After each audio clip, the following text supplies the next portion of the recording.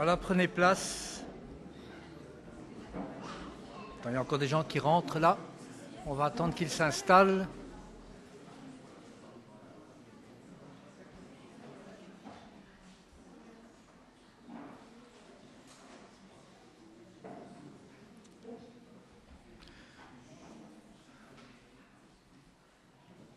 Alors bonjour à chacun et que chacun soit le bienvenu dans ce lieu de culte où nous nous retrouvons chaque dimanche.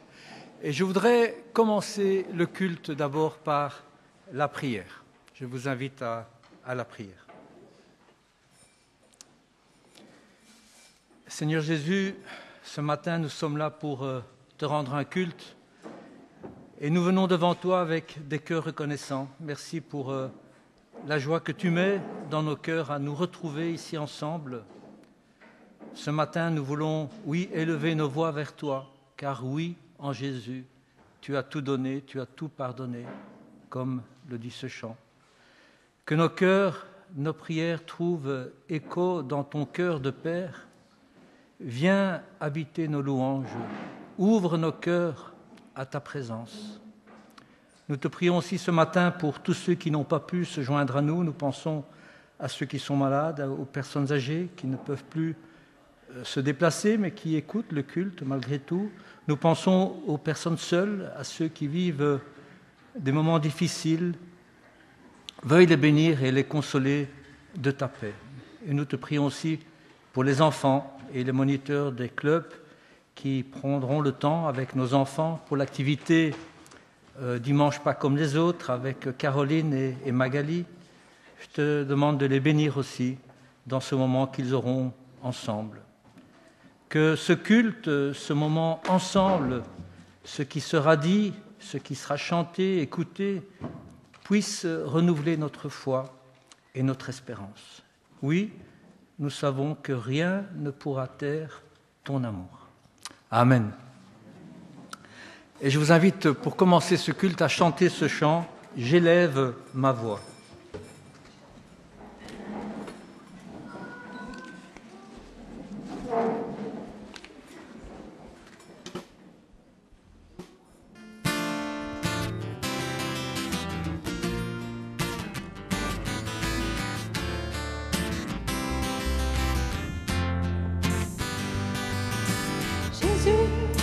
J'élève ma voix vers toi, car tu as tout pardonné, tout ce qui m'accablait. Jésus, j'élève ma voix vers toi, pour moi tu as tout donné, oh je veux te louer. Même si tout basculait, si la peur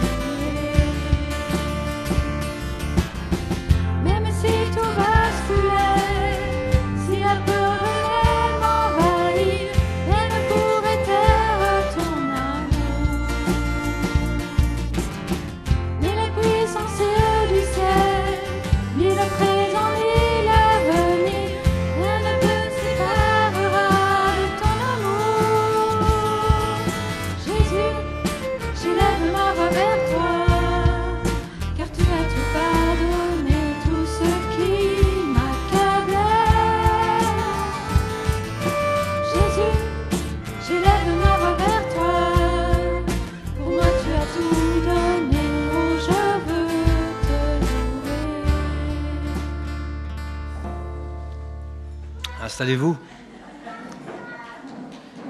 Merci Andrea, premier supporter.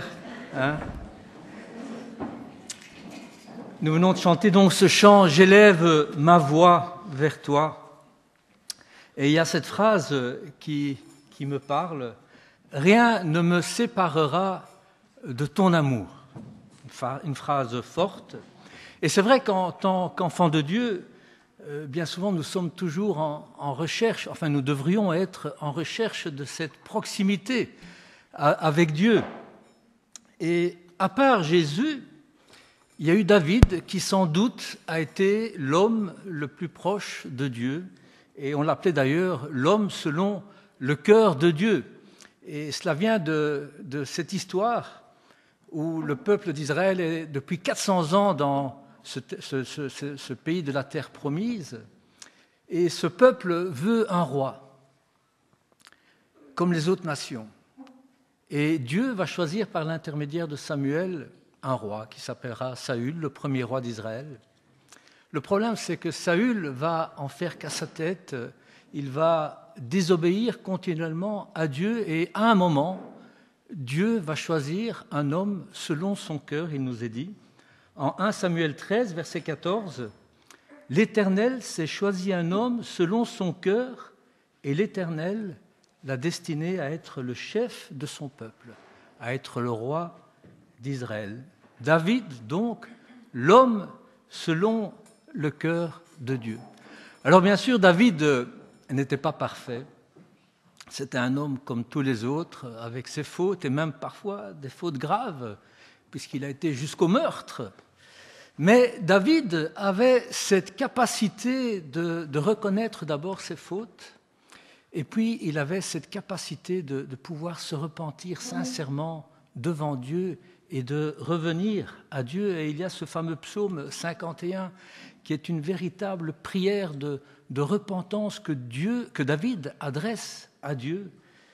David, oui, voulait sincèrement obéir à Dieu. Et il plaçait la volonté de Dieu au-dessus de la sienne, même si parfois cela devait lui coûter personnellement, il mettait la volonté de Dieu au-dessus de la sienne. Et puis David avait, je dirais, une foi d'enfant. Et tout le monde connaît ce récit emblématique où, jeune adolescent, David va affronter Goliath le géant. Pourquoi ? Mais parce qu'il n'a pas peur. Il a entièrement confiance en Dieu. David avait une foi extraordinaire. Et puis, David aussi avait un amour passionné pour Dieu, pour sa présence, et même lorsqu'il est devenu roi, il ne faisait rien pour sa propre gloire, il cherchait toujours ce que Dieu voulait.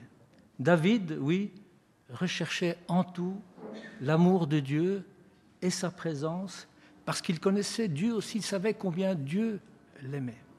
Alors je propose de continuer ce culte en chantant justement un chant qui nous parle de l'amour de Dieu. Et pendant ce chant, les enfants vont rejoindre leur club. Et puis c'est un dimanche pas comme les autres, donc il y a une activité spéciale avec Caroline et Magali qui vont animer cela. Je pense que c'est de la couture, si j'ai bien compris. Hein. Alors voilà, bon courage aux enfants. Hein. Passez un bon temps avec vos moniteurs et nous chantons ce chant « Mon Dieu, par quel amour ».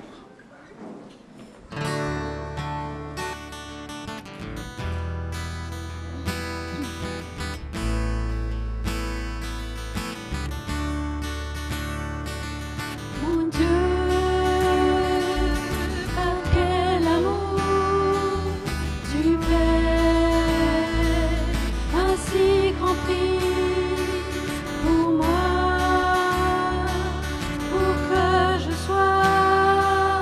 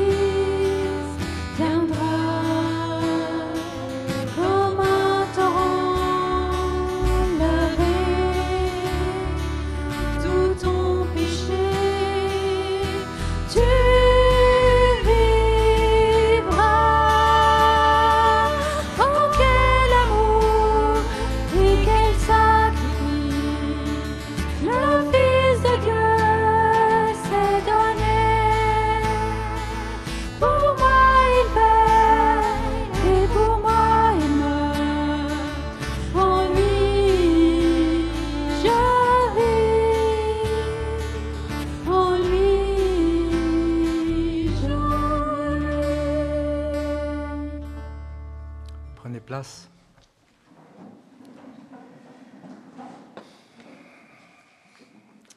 Alors, ce chant que nous venons de chanter commence, oui, par une interrogation, je dirais, étonnante, une interrogation poignante.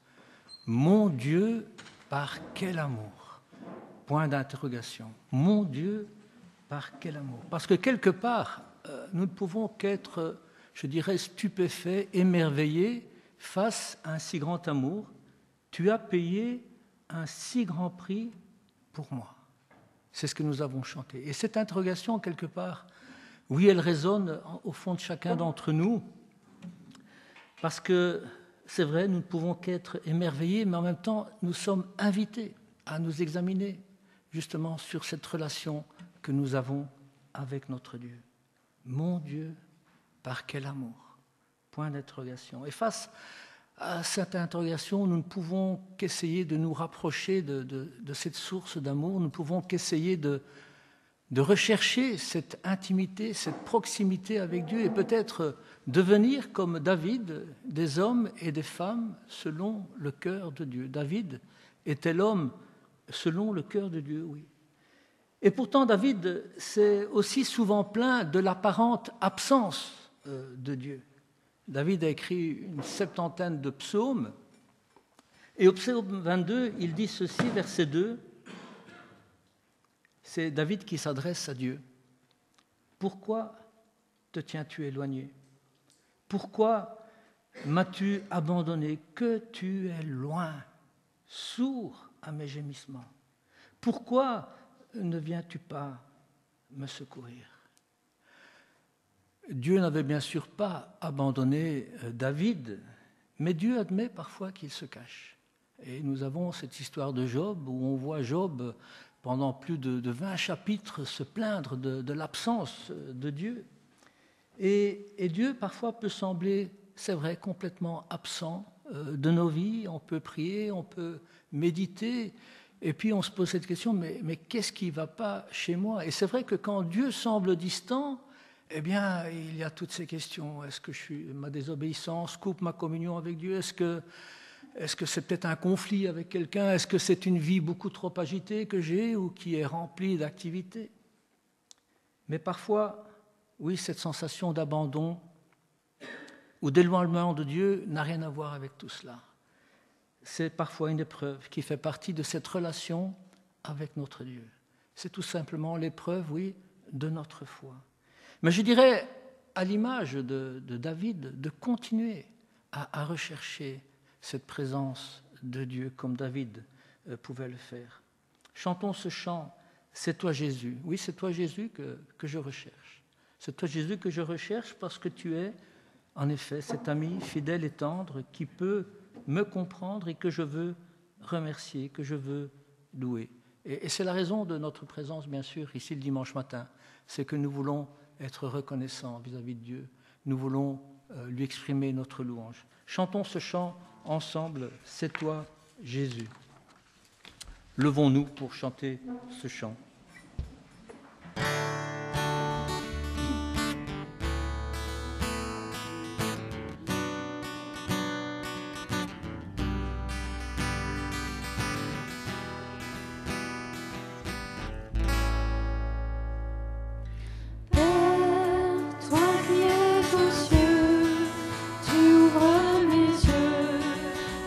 Je découvre jour après jour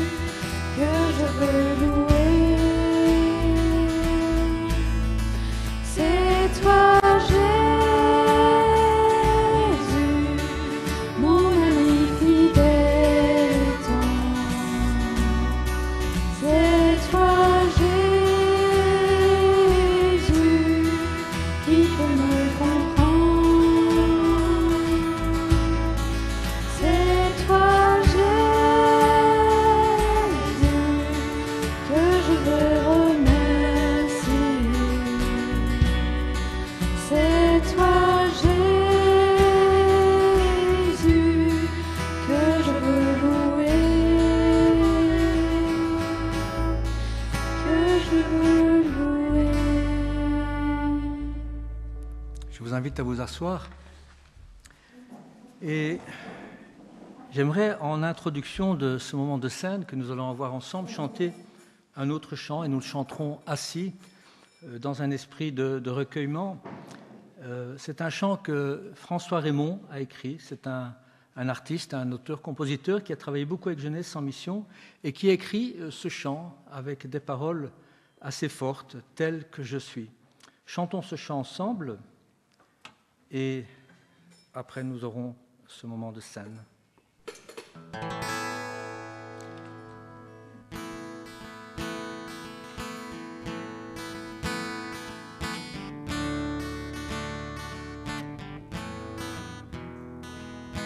Tel que je suis, Seigneur, je viens près de toi, t'apporter ma vie. Tel que je suis, Seigneur, j'ai besoin de toi, pour changer ma vie. Tel que je suis perdue, ma vie n'a plus de saveur. Tel que je suis, je n'en peux plus. Viens transformer ma tristesse en joie. Tu es mon Père, mon Seigneur et mon Dieu. En toi j'espère le salut, le repos. Tu es celui qui a tout donné, sacrifié pour moi. Tel que je suis, Seigneur, je viens près de toi. Tu m'offres ta vie, tel que je suis, Seigneur, au pied de ta croix. Je reçois ta vie, tel que je suis. Tu m'as aimé en acceptant la douleur. Tel que je suis, tu m'as sauvé. Je viens t'offrir le chant de mon cœur. Tu es mon Père, mon Seigneur et mon Dieu. En toi j'espère le salut, le repos. Tu es celui qui a tout donné, sacrifié pour moi. Tel que tu es, Seigneur, je voudrais te voir.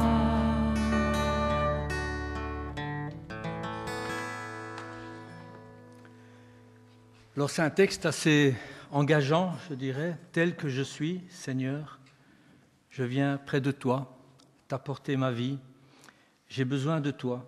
Tu es mon Père, mon Dieu, en toi, j'espère le repos. Tel que je suis, Seigneur, au pied de ta croix, oui, je reçois ta vie. Je viens t'offrir le chant de mon cœur. Et ces paroles que nous venons de chanter nous rappellent bien sûr notre vulnérabilité aux yeux de Dieu. Et nous ne pouvons venir que comme cela au pied de la croix de Jésus, avec nos imperfections bien sûr, avec nos luttes, comme David qui revenait régulièrement au pied de son Père. Tel que je suis, Seigneur, au pied de ta croix, je reçois ta vie. Et ces mots, qui sont des mots forts, oui, nous donnent bien sûr ce sentiment de réconfort, ce sentiment d'espoir, parce qu'il y a ce rappel de l'amour de Jésus, où chacun, oui, mérite d'être aimé, où chacun mérite d'être accepté, peu importe le passé, peu importe les faiblesses. Et chaque dimanche, nous commémorons cet acte d'amour de Jésus à la croix en prenant ce pain et ce vin. Ce pain qui qui représente son corps qui nous a été donné, et ce vin qui représente son sang qui a été versé pour nous. Et c'est Jésus lui-même qui a institué ce repas lors de ce dernier soir avec ses disciples, dans ce repas, où il leur dit « Faites ceci en mémoire de moi. Tel que je suis, Seigneur, au pied de ta croix, je reçois ta vie. » Il y a là, je dirais, une démarche qui exprime l'attitude de notre cœur. Je ne viens pas au pied de la croix avec mes mérites, mais je viens au pied de la croix dans la reconnaissance de sa grâce. Et alors oui, je peux dire, en toi, j'espère le repos. À la croix, Jésus nous accueille et il nous offre sa vie, il nous offre son pardon, il nous offre sa paix, il nous offre sa sollicitude. Et je voudrais citer ici Anne Quéré, dont on va parler dans quelques minutes. Lydia va nous parler de cette dame. C'est Lydia qui m'a proposé de mettre cette citation dans ce moment de scène. Et voilà ce qu'elle dit. La question la plus éthique que puisse se poser la conscience dans un monde raidi par la dureté est celle-ci. Comment faire pour aider les gens à moins souffrir ? Et la réponse est la sollicitude. Je ne pense pas que le Christ ait fait autre chose. Et la sollicitude étant cette attention, je dirais, affectueuse, cette attention soutenue que Jésus nous manifeste au quotidien. Et 1 Thessaloniciens 5, verset 10 nous dit ceci, « Le Christ est mort pour nous afin de nous faire vivre avec lui. » Alors oui, je peux dire, en toi, j'espère le repos. Que ce moment de scène puisse être pour chacun d'entre nous un acte de foi, un acte de gratitude envers celui qui nous a tout donné, qui nous a donné sa vie et qui nous invite, oui, à vivre avec lui. Et nous venons au pied de la croix en reconnaissant, oui, ce besoin de sa grâce. Et ce temps de scène est un temps, bien sûr, de mémoire qui nous rappelle ce sacrifice de Jésus à la croix, mais en même temps, c'est aussi un temps de communion avec notre Père, avec nos frères et sœurs qui sont là autour de nous. Et en effet, la scène nous réunit et elle nous unit en un même corps. Alors je vous invite à prendre ce repas avec nos frères et sœurs. Je vais demander à Jean-Jacques s'il veut bien prier pour ce moment de scène.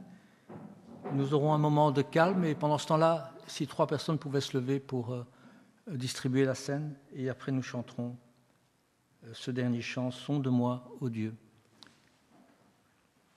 Si encore 2 personnes, oui, pouvaient se lever.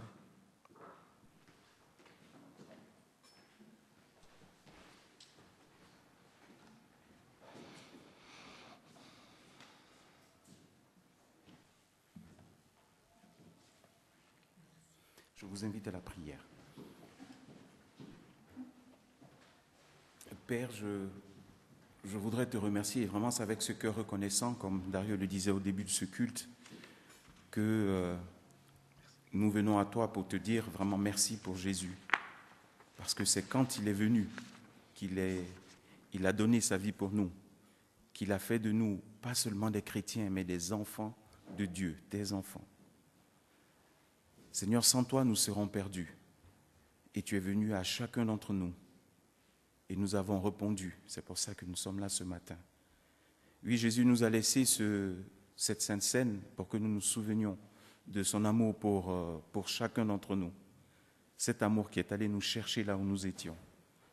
Oui, c'est vraiment ce cœur de reconnaissance que nous voulons avoir encore ce matin. À ceux qui prennent la scène ce matin, Seigneur, je voudrais te remercier pour chacun d'entre eux, que ton esprit continue de confirmer à l'esprit de chacun d'entre nous qui prenons la scène que nous sommes vraiment tes enfants et que nous devons nous conduire en tant que tes enfants.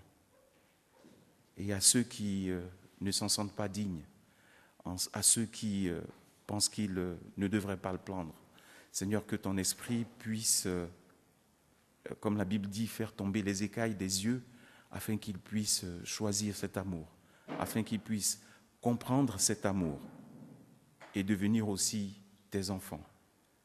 Seigneur, nous sommes aujourd'hui vraiment ces enfants-là, pas parce que nous avons fait quelque chose de bon ou de grand.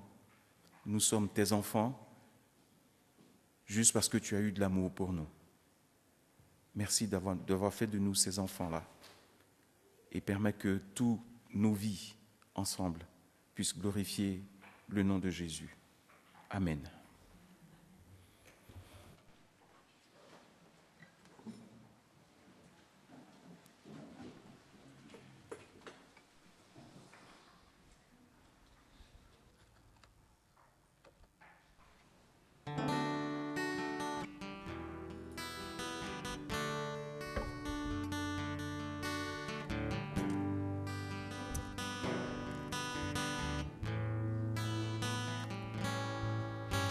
Sonde-moi,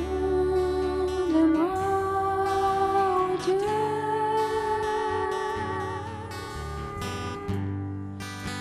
et connais mon cœur, éprouve-moi, Seigneur,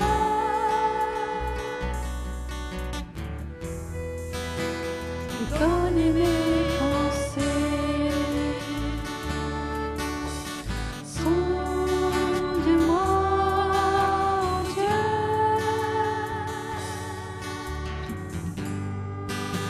et connais mon cœur, éprouve-moi, Seigneur,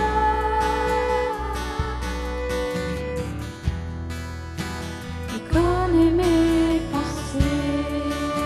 Regarde si je suis loin de toi.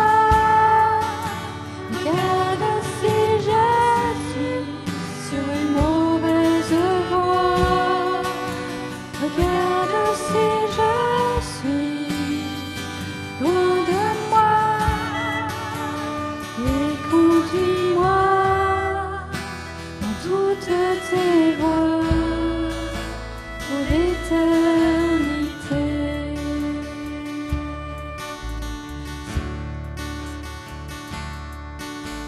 Sonde-moi, ô Dieu,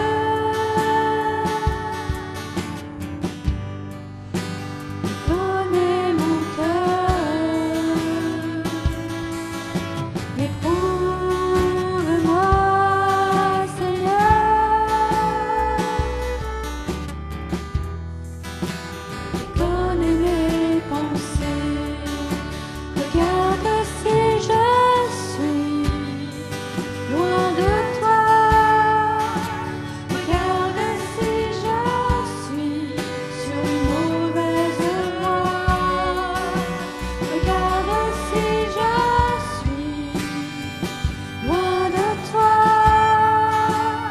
Et conduis-moi dans toutes tes voies pour l'éternité. Et conduis-moi dans toutes tes voies pour l'éternité.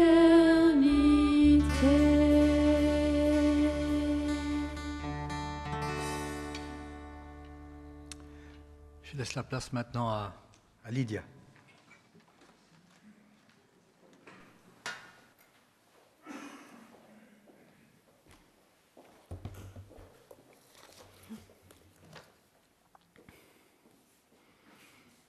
Nous plongeons directement dans les écrits de France Quéré. Je vais lire un extrait.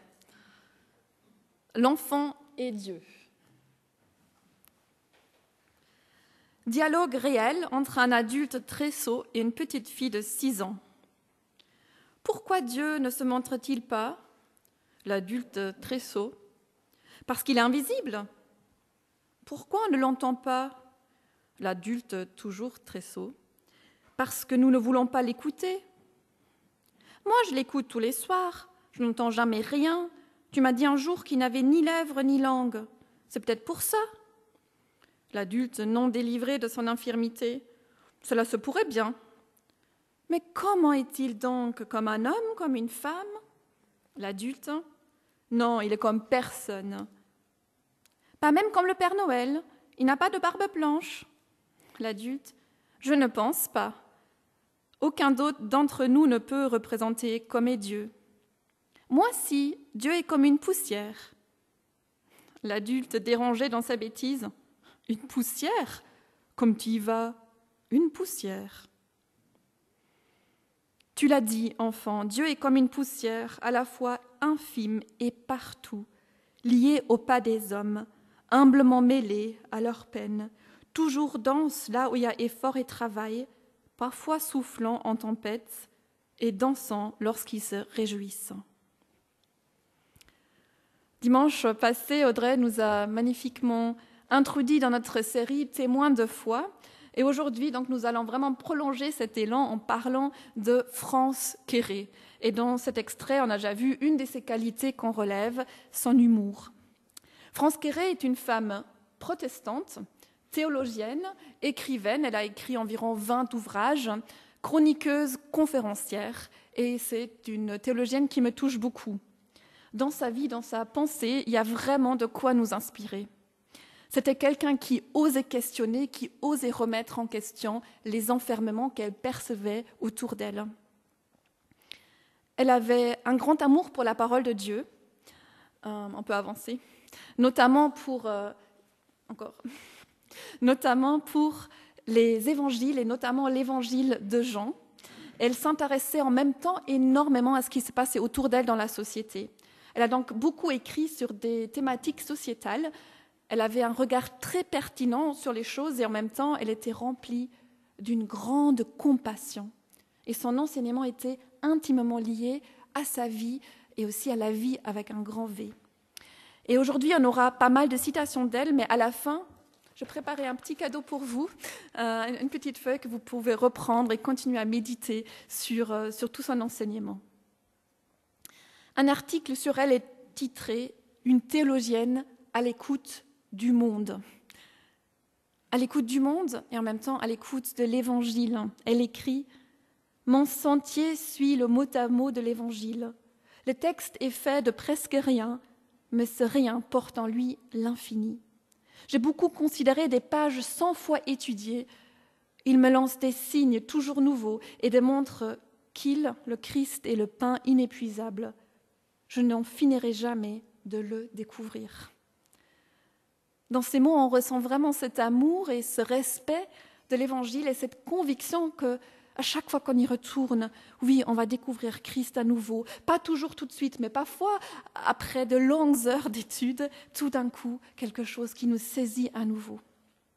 France était musicienne, pianiste, et l'art, la peinture, a également beaucoup compté pour elle.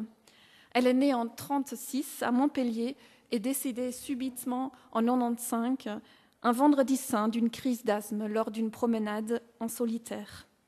Elle était mariée au physicien Yves Quéré, qui lui, il vit encore, il est catholique. Et ensemble, ils ont eu 3 enfants.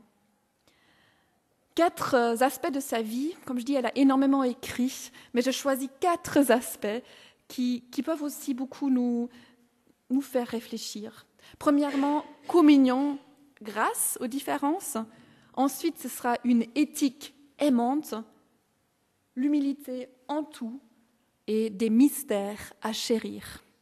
Communion grâce aux différences. France est née dans un foyer protestant, mais ses parents, tout en respectant l'Église, elle dit tout en payant la cotisation, ne parlaient presque jamais de la foi.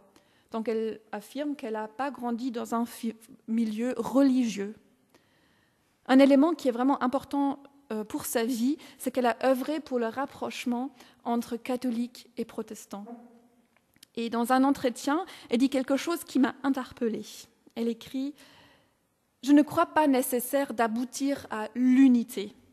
C'est la communion qui m'intéresse, laquelle est la fédération, non une suppression des différences.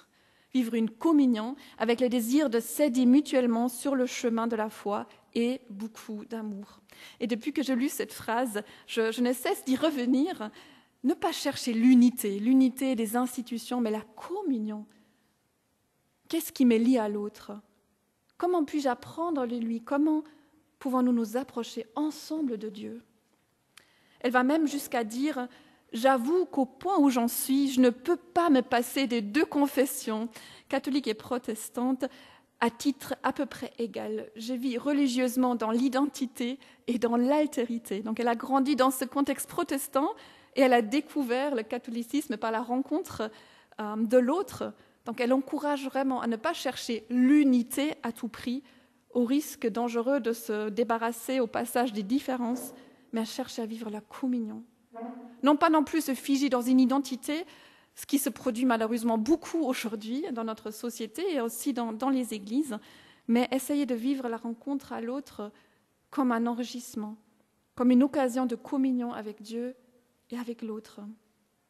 Elle a aussi travaillé en profondeur sur les racines communes entre les deux branches du christianisme, parce qu'on lui a proposé de traduire les pères de l'Église, donc, qui sont les premiers théologiens de l'Église, qu'elle a traduit pendant de nombreuses années à partir du grec. La théologienne s'est aussi beaucoup intéressée aux femmes, aux figures féminines que l'on rencontre dans les premiers temps de l'Église. C'est encore un élément que j'aime beaucoup dans sa théologie. Elle a notamment écrit un livre sur les femmes dans l'Évangile, mettant en valeur leur détermination, leur audace lucide, la qualité de leur intelligence. Elle dit qu'elles sont partenaires réels du Christ. Elle discute avec lui, l'interroge, lui tient tête, devant ses gestes ou ses mots, ironise, joue contre lui, pour lui simultanément, l'aime. Bref, elles se conduisent librement, dignement. Les pères de l'Église, les racines communes entre protestants, catholiques, cet intérêt aussi pour les figures féminines. Communion, grâce, pas malgré les différences, mais grâce aux différences. Le deuxième point, c'est une éthique aimante. Une éthique parce que pendant de nombreuses années, et depuis sa fondation en 1983, France Quéré a fait partie du Comité consultatif national d'éthique. Elle est restée dans ce comité pendant 12 ans jusqu'à sa mort. Et ce comité était composé de médecins, biologistes, juristes, philosophes et des représentants des différentes familles spirituelles. La présence de France et sa parole ont été très appréciées. Et ce comité, en fait, était chargé de réfléchir sur des enjeux, par exemple de la procréation médicalement assistée, de la fin de vie, des progrès de la science, des limites éthiques dans lesquelles on pouvait envisager ces progrès. Pour donner un peu un repère chronologique, parce qu'aujourd'hui on parle encore de ce sujet-là, en France, c'est en 1982 que voit le jour le premier bébé né après une fécondation in vitro. Et donc les réflexions qui nous préoccupent encore aujourd'hui par rapport à ces sujets de bioéthique ont déjà été présentes il y a 40 ans.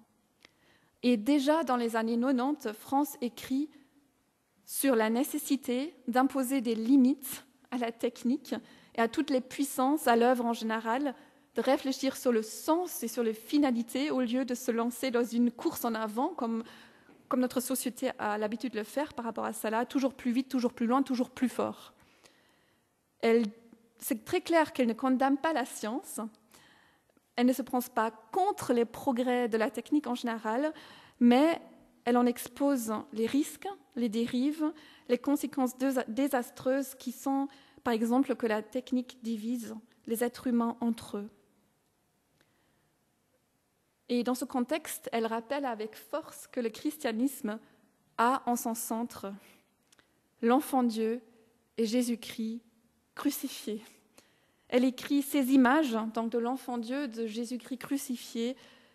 Ces images parlent d'une puissance renoncée, là où Jacques Ellul va parler de la non-puissance, mais ça se rejoint tout à fait.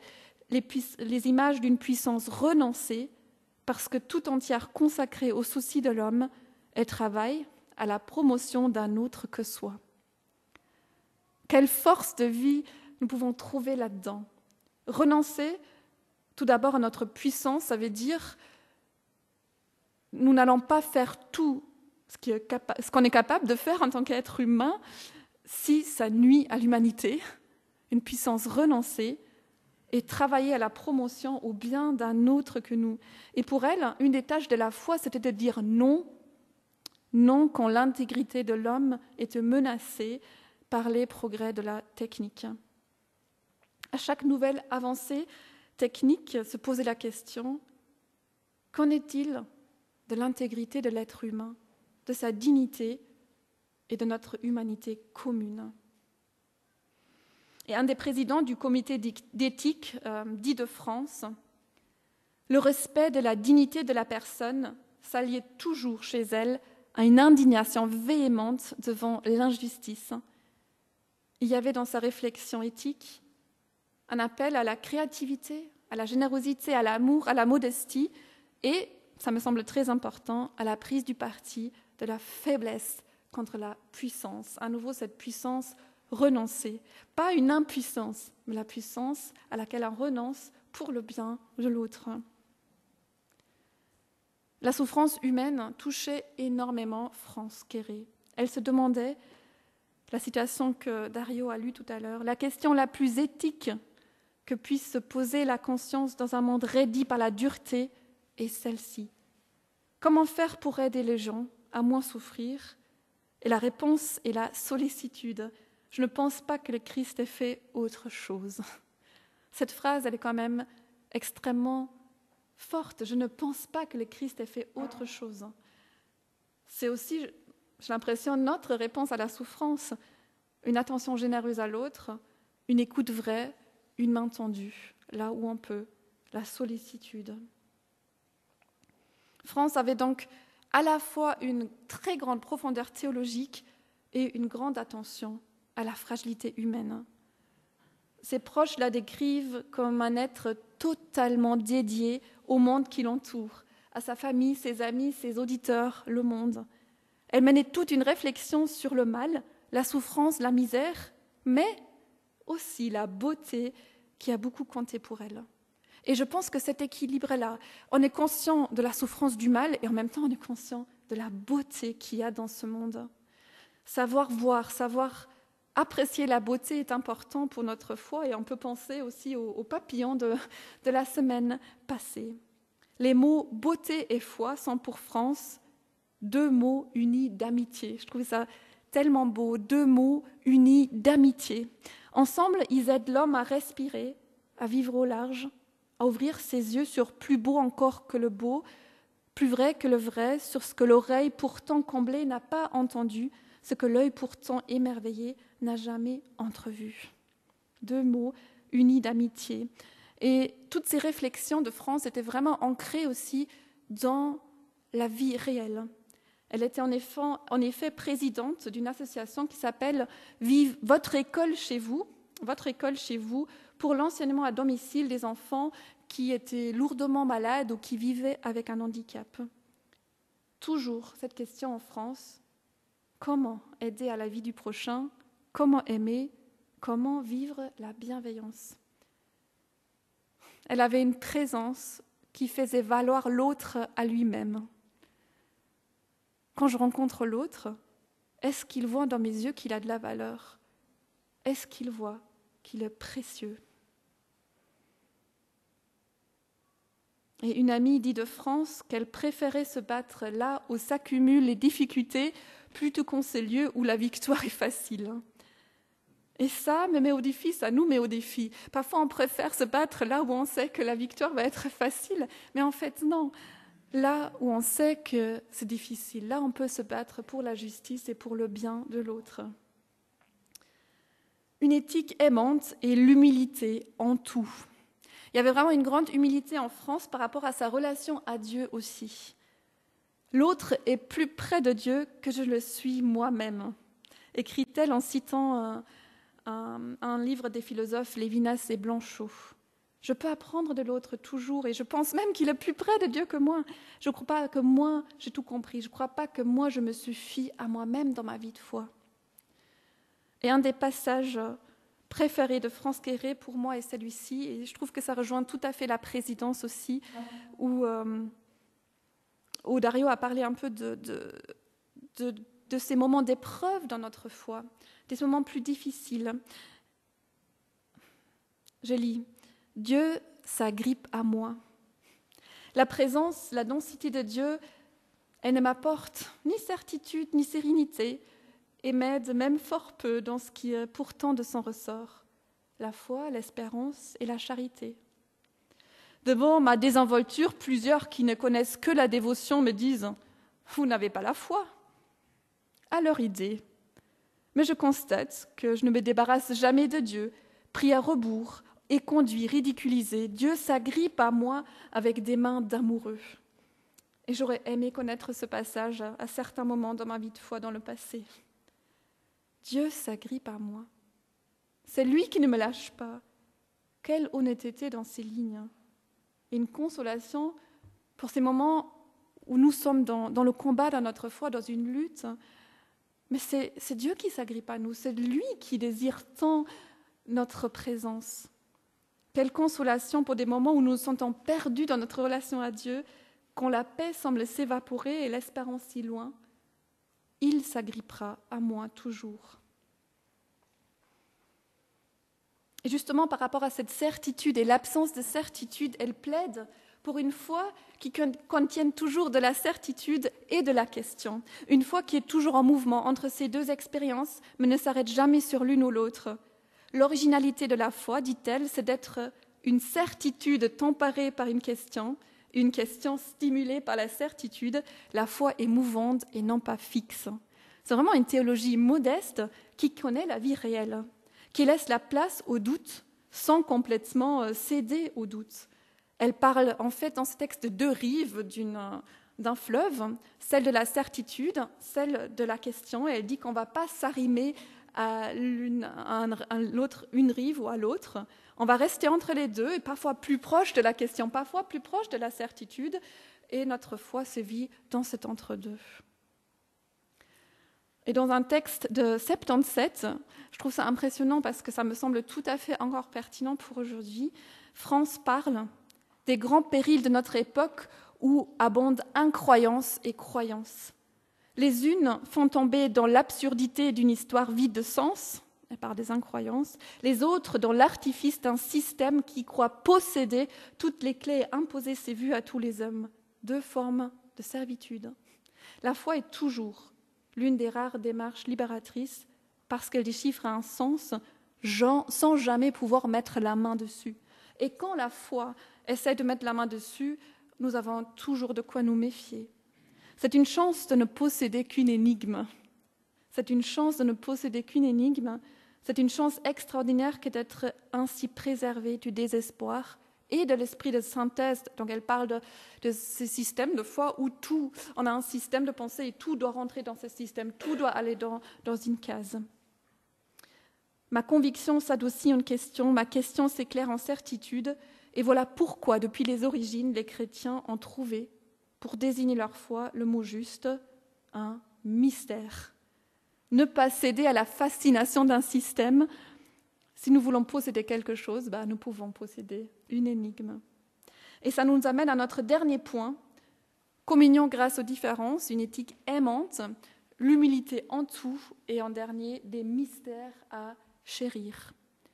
Le mystère était vraiment un point central dans la pensée théologique de France, et elle est définie comme une vérité dérobée autant qu'elle est donnée, espérance dont on tient une partie, mais qui est encore hors de notre atteinte, et ça rejoint tout à fait ce que Audrey nous a dit sur Hébreux 11 dans la foi, en fait. C'est une très belle description aussi de la foi. Elle a travaillé sur le mystère de Dieu, le mystère d'un Dieu d'amour, le mystère d'un Dieu présent dans la souffrance humaine, mais aussi le mystère du mal et de la souffrance. Elle dit à propos de nous protestants, dont elle faisait partie, « Nous tâchons de tout dévoiler, de tout expliquer du mystère de Dieu. Eux, les catholiques, ont le sens de son inaccessibilité, sur quoi nous devrions sans doute méditer un peu. » Et je pense qu'elle a raison. À nouveau, ce besoin de nous équilibrer mutuellement pour ne pas nous figer dans une seule et unique manière de voir les choses. Laisser de la place au mystère. Elle affirme « Dieu est à la fois celui qu'on connaît et que l'on ne connaît pas. Il est une autre voix qui parle comme nul n'avait parlé, et c'était d'un singulier silence. Dieu, oui, il se fait connaître en Christ. En même temps, c'est un Dieu qui nous échappe, qui nous échappera toujours, que nous ne maîtrisons pas. un Dieu qui parle, un Dieu qui se tait. Et ainsi, quand nous parlons de Dieu, nous parlons de quelque chose qui ne nous appartient pas et qui nous dépasse. Et elle dirait même, il ne s'agit pas de parler sur Dieu, mais de parler sous Dieu. Tous les mots que nous proférons se faisant connaître pour inférieurs à ce qu'il désigne. Donc quand nous parlons de Dieu, mais en fait, on va toujours être en dessous de ce qu'il est et être conscient de ça. Quand ce n'est pas quelque chose que nous pouvons tenir entre nos mains. Elle a également beaucoup travaillé sur le mystère du mal. Elle a vraiment une approche très, très intéressante parce qu'elle dit l'unique droit ou l'unique sens que Jésus concède au mal, c'est de le supprimer. Le mal est là pour ne plus être là. Elle recommande donc de ne pas chercher sans cesse les causes du mal. Je pense que ça nous arrive à tous de le faire à certains moments. Le mal est arrivé parce qu'on a fait ceci ou cela, ou parce que les autres ont fait ceci ou cela. Ne pas chercher les causes, mais parce que ces causes, elle dit, ils vont toujours rester ténébreuses. Mais sortir des pensées et agir en ayant vu des buts lumineux. Causes ténébreuses pour elle, mais buts lumineux. Lutter contre le mal, pointer vers la guérison qui est en Christ et la restauration de toute chose qui est en cours. Devant le mal, Dieu dit de quel côté il se met et l'absoluité de son engagement. Tant que la souffrance ne sera pas vaincue, il la chargera sur ses épaules et gravira avec nous la colline du Golgotha. Dans notre appartement à Kuckelberg, cette citation a été affichée pendant des années sur la porte des toilettes. Je vous ai pris une photo de cet déménagement. J'ai enlevé ces citations, mais j'ai quand même pris une photo de souvenir. Donc nous avons eu l'occasion de beaucoup méditer sur cette citation. Et encore aujourd'hui, elle me console. Oui, nous ne comprendrons jamais le mal, mais Jésus dit de quel côté lui il se met. Son engagement est absolu. Jamais Jésus ne sera complice du mal, jamais il ne sera indifférent au mal. Il porte avec nous notre souffrance, il a porté en se dépouillant complètement, en mourant sur la croix.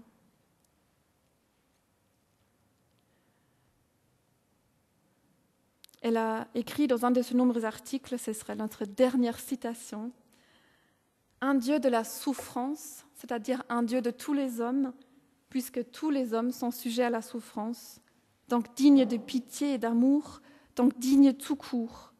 C'est à ce Dieu que je crois, Dieu de tous et pour tous et partout. Je le trouve dans le cœur dépouillé de chacun lorsque chacun consent à se défaire de ces fioritures étrangères avec lesquelles il croit être davantage lui-même, alors qu'il se met tout simplement à côté. Son miroir, sa finance, ses relations, ses titres, ses costumes et ses œuvres.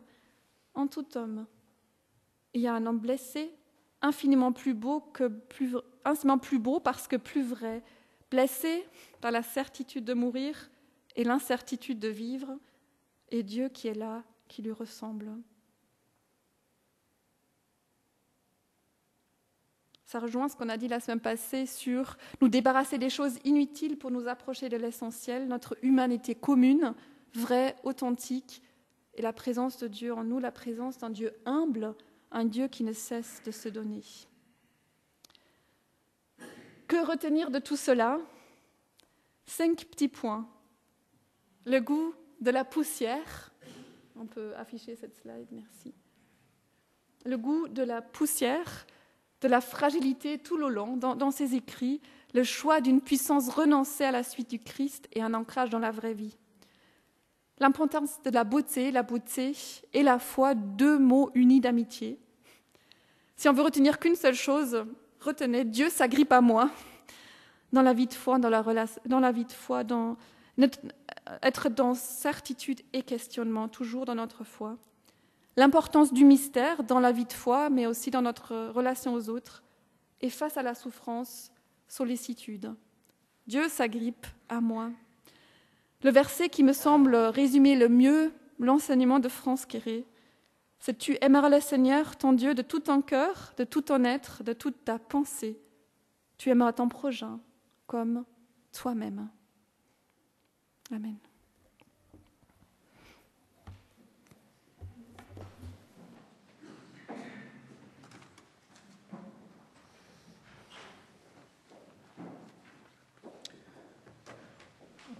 Je vais directement laisser la place aux annonces.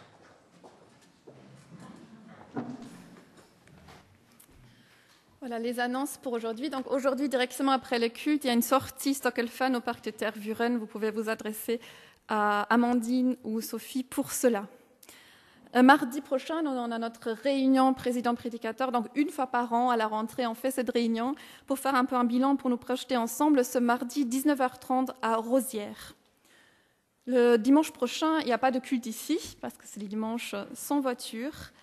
Et le 5 octobre, nous avons donc une réunion d'église avec vote après, les choses ont été présentées dimanche passé. Si vous n'avez pas pu être là, on a un enregistrement de la réunion, donc vous pouvez vous adresser par exemple à Jean-Jacques qui peut vous transférer le lien pour vous mettre au courant des choses. Et le 5 octobre, c'est aussi un culte JV, donc on aura des responsables de JV qui vont venir nous donner des nouvelles et voilà, vivre ce culte vraiment avec nous. Et encore une date à bien noter, le 15 au 16 novembre, ce sera notre week-end d'église à Genneval. Et je peux peut-être déjà vous dévoiler le sujet. Ce sera une vie en abondance et tourné aussi autour du thème du témoignage. Les groupes de maison vont reprendre cette semaine. Si vous voulez plus d'infos, vous pouvez venir voir aussi un responsable après le culte. Et on voudrait encore prendre aujourd'hui un temps pour laisser la place à Emma pour nous donner des nouvelles de Oasis. Et ensuite, Jean-Jacques priera pour le ministère de Oasis.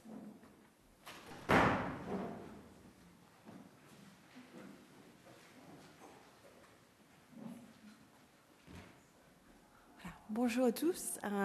J'aimerais juste prendre 2 minutes pour donner des nouvelles de Oasis et aussi des demandes pour votre prière. Donc, de janvier à août de cette année, nous avons directement accompagné 167 personnes comme cas suivi et beaucoup des autres qui nous avons demandé des conseils, mais qu'on n'avait pas pris en casse. Et au total, ça représente de 1100 contacts, peut-être aides en téléphone ou des suivis directement. On aide ces gens à trouver des hébergements, des autres on accompagne au tribunal et on donne beaucoup d'accompagnement.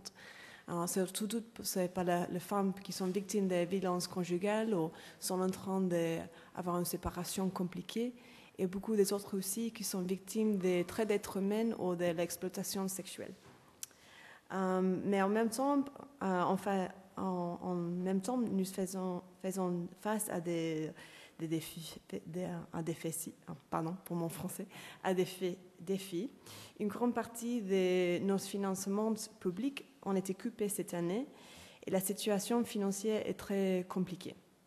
Pour l'instant, nous plaidons auprès du gouvernement bruxellois concernant les coûts, mais nous avons besoin de l'aide de Dieu pour trouver comment on va continuer avec les projets et les activités qu'on fait pour aider ces femmes. Donc, je suis ici aujourd'hui pour demander pour votre prière. Donc, la première chose, c'est pour prier pour la prévision, que nous puissions tenir jusqu'à la fin de l'année et aussi trouver de nouvelles manières de diversifier nos ressources pour l'année prochaine. Pour prier pour l'équipe, que nous avons pour continuer à avoir des sagesse et courage dans cette saison compliquée. Et surtout, prier pour les personnes qui nous accompagnent. En particulier, cette année, on avait beaucoup de femmes qui sont victimes des traits d'êtres humains, beaucoup de femmes d'Amérique latine, surtout beaucoup de femmes brésiliennes, qu'elles peuvent trouver sécurité, espérance et une nouvelle vie. Enfin, aussi, pour le 2 novembre, il y a le semi-marathon et le marathon de Bruxelles. Et si vous aimeriez bien courir, on cherchait pour faire une petite équipe, des personnes pour courir, pour prendre des fonds pour l'association. Donc, vous êtes les bienvenus si vous avez des amis qui aiment bien courir. Mais oui, je veux vraiment dire merci à toute l'Église parce que je sais que l'Église nous avait beaucoup aidé. Et beaucoup de gens ici dans cette Église nous avons beaucoup aidé avec les prières et les donations. Donc, énorme merci pour votre aide. Voilà. Et j'espère que là, vous avez bien compris avec mon français. Voilà. Merci Emma.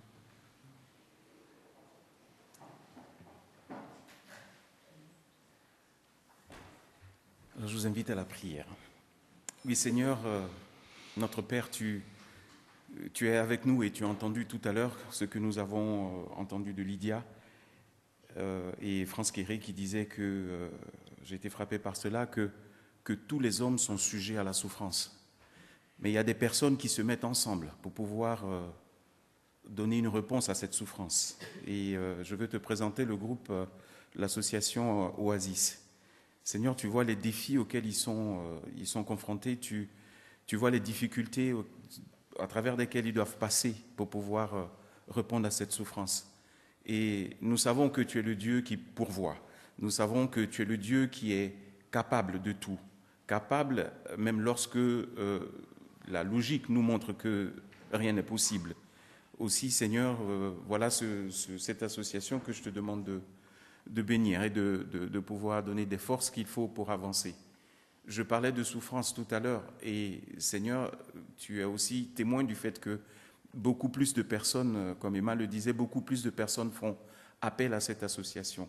Beaucoup plus de personnes montrent leur souffrance parce qu'elles ne peuvent plus rien. Et Seigneur, je veux te demander de jeter un regard sur ces personnes qui viennent vers cette association pour demander de l'aide. Oui, donne des forces, donne de la sagesse, donne surtout de la clairvoyance, comment mener à bien tous les sujets qui sont mis sur les tables de cette association et permet, Seigneur, qu'ils puissent avoir les moyens qu'il faut pour pouvoir répondre à tout ce qui est mis sur leur table, autant que faire se peut. Je te le demande et nous, ensemble, nous te le demandons dans le nom de Jésus. Amen. Alors voilà, nous terminons ce culte par un dernier chant. Je vous invite à vous lever pour chanter ce dernier chant, qu'on puisse le chanter de tout notre cœur. Béni soit ton nom dans le pays de l'abondance. Béni soit ton nom quand je marche dans un lieu désert. Chantons ensemble.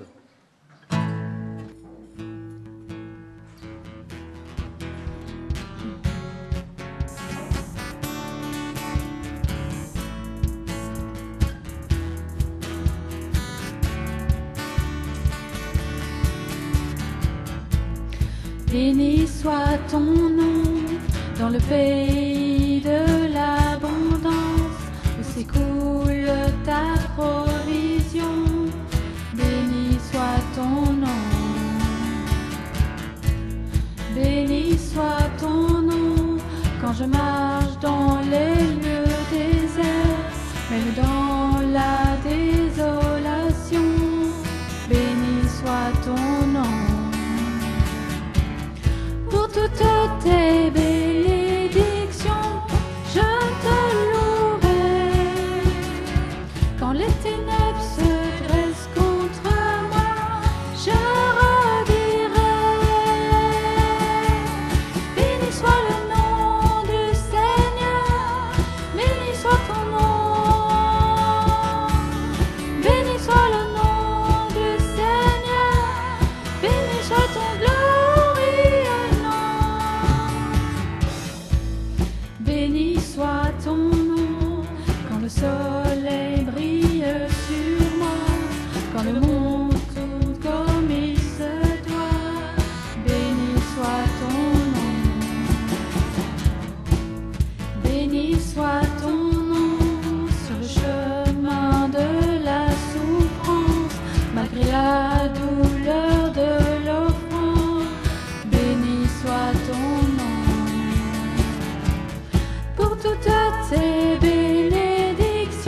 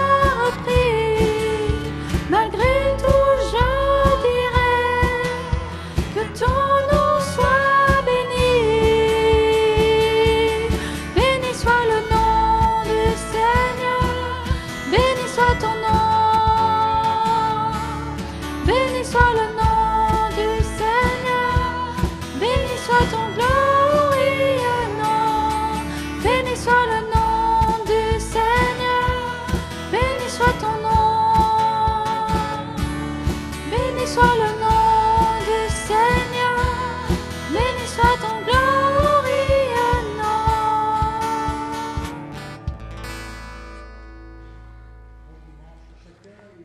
On peut aller prendre un café là, au bout, pour passer un moment de communion ensemble. Bon dimanche.